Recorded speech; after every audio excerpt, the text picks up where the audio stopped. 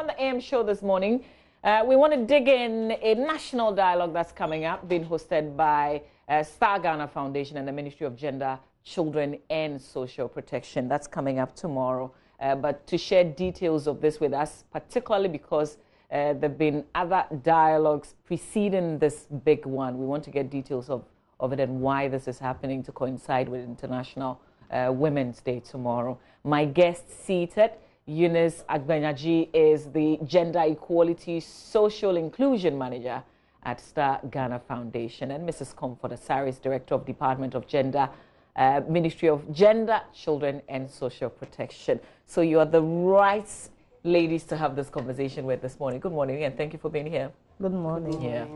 Yeah. So let me pick on the zonal dialogues that was held before this one.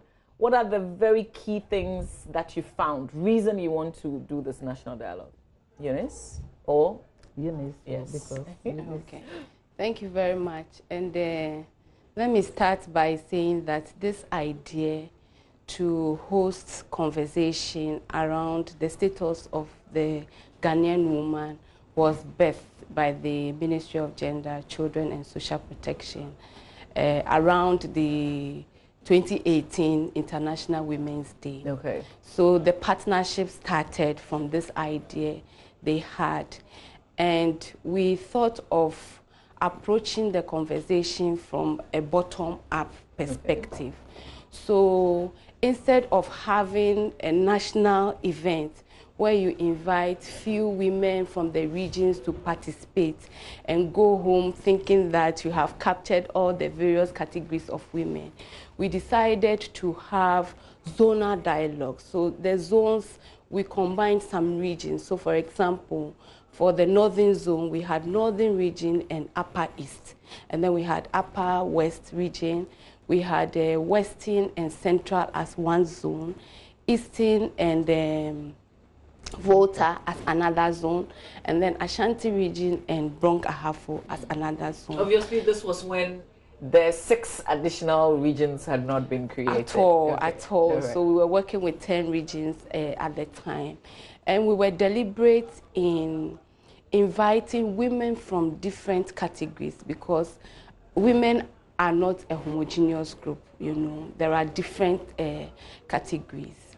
And so specifically, we focused on bringing on board market women, women in traditional governance, women in local governance, politics, and all of those, schoolgirls, and all of those, into a safe space where we discuss how, based on where you are, we feel gender equality, social inclusion, and all of that.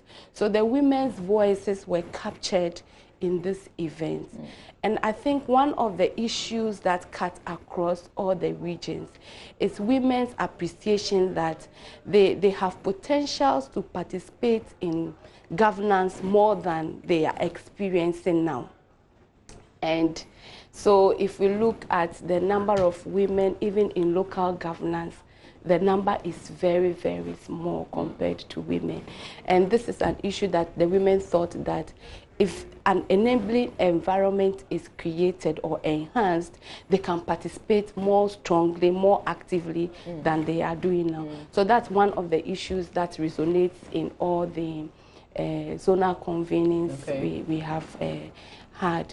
I think the other which is also the positive side, is that women see that now girls have sort of better opportunities in accessing education.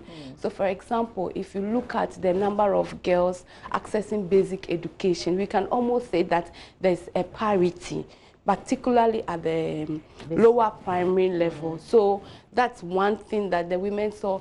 It has happened well, you know, and it's good to talk about the well as well as the challenges. So one across. Okay. Let me continue with Mrs. Asari. So how is this national dialogue going to push what came up on the ground?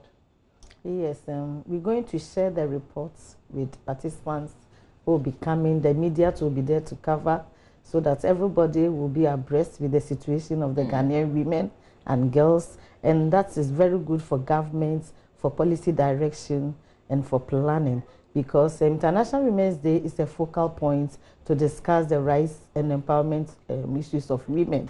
So we always need to make sure that we do something different that will let us identify the gaps that exist in all that we've been doing over the years and the way forward. So I know that it will serve as a very good platform and a document that will be agreed on at the end of it. The conclusion that we all agree on will help the government to plan better interventions to promote gender equality. I'm looking at how, you know, this would impact on ordinary lives, so that it's not just a gathering where we've talked about big things and nice things and we've documented.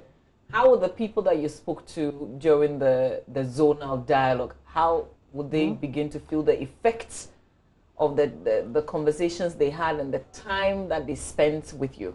Yes, they were there to tell us the things that were happening to them, the good and the bad. And we need to work on all that they told us. The good we need to strengthen, the bad we need to correct. So if we can we just highlight a few of the bad? Let's see where we are. Are we still where we were before, yes, or the we've bad, moved the on bad, a bit? Still the male chauvinism that is existing in our country. You go to some of the rural areas, you still see that girls are disadvantaged. Not that they cannot access school, but the parents think that that is not the way to go for a girl.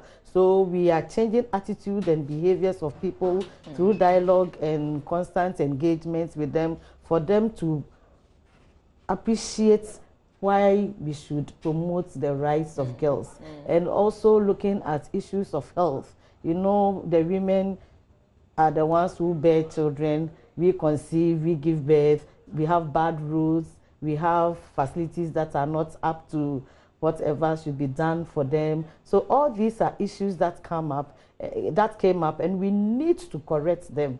We need to dialogue around them. We need to inform government. We need to, even as a ministry, fire up. Whatever we are doing, we need to fire up so that they feel the impact in their communities. Yeah. So it is not just talking. We mean business. Yeah. So we started a lot of mentoring programs. We are going down to school children, engaging them. We are doing wholesale engagements with all school children. We are not saying that belong to a girls' club or a boys' club before you get information. But we seek permission, they give us time, we engage all the school. And children are free to ask questions. In the same way, we go to communities, also engage people. So as long as you are free to participate, you are free to come and share there. So we want to get closer to the people and to make a lot of Eunice, I'm excited that Star Ghana Foundation is part of this, because you're not just going to let it go. I know that you have a strong monitoring system. What's the plan? How are we going to be following through with all the things, all the nice things that Mrs. Asari has talked about? This is what the ministry is doing. How are we going to monitor that? I think that in this partnership, we sense a strong commitment of the ministry to work with civil society, to strengthen the things that we are doing very right, but also the many challenges that have to be tackled. So yes, we are in partnership with the ministry. We have a form of engagement with the ministry, but we also support several civil society organizations whose work is basically monitoring government commitments, particularly in this area. So they are generating information, and they are using the information to engage. But the other good thing is also, and you asked earlier, one of the things we sensed in the Zonal Dialogue is the renewed interest of women to work together to push for their issues. So would we get more women going to Parliament 2020 or putting themselves up to be elected to Parliament? We've got the assembly elections coming up. Would we see more women? Did you get the sense? Well, yeah, we got the sense that women have always stood up for action, let me say. But that's some energy that was expressed in this convening, which for us is important to hold on to. if we look at countries that have made progress at gender equality, they have had to work with strong women's movements. Strong women's movement who constantly engage government to live up to its responsibilities, to create more opportunities and ensure that the women take up those opportunities. And that is the collaboration we are having with the ministry. And there's that commitment that we sense. So yes, we are in partnership, but we also work with civil society organizations whose work is to monitor, to advocate, using all approaches, sometimes not always collaborative, because you need a balance to be able to get the response that is required. Let's talk about tomorrow. Take us through what would happen tomorrow and how the lineup looks like. Yeah, tomorrow is going to be a very great day in the lives of women and girls in Ghana, because there's going to be the reports from the regions shared with all of us. After that, we're going to have a keynote address that will also highlight the status of women before independence, after independence. Ghana is 62 years. And the struggle for gender equality started long time ago, even before independence. Some of the women I hear have already started talking about it. And as we assess ourselves, it will give us the right picture about where women are when it comes to equality issues in Ghana. So all these things will be discussed. Then we are going to have Nana Ajekum Jamna, the head of service, will be there as part of a panelist to throw light on the status of women in the civil service, how women have fared in the civil service. That's really important. Then we're going to have other speakers also coming on board. Then there will be a plenary session. There will be questions and answers. People will have the opportunity to make input into whatever will be discussed tomorrow.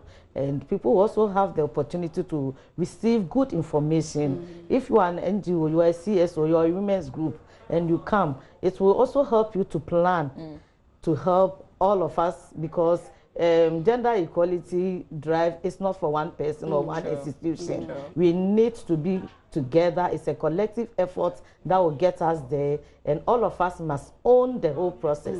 So tomorrow, we know that it will set the pace for us all to achieve gender equality. Our show will be there, so we'll have more conversations. Eunice, what time?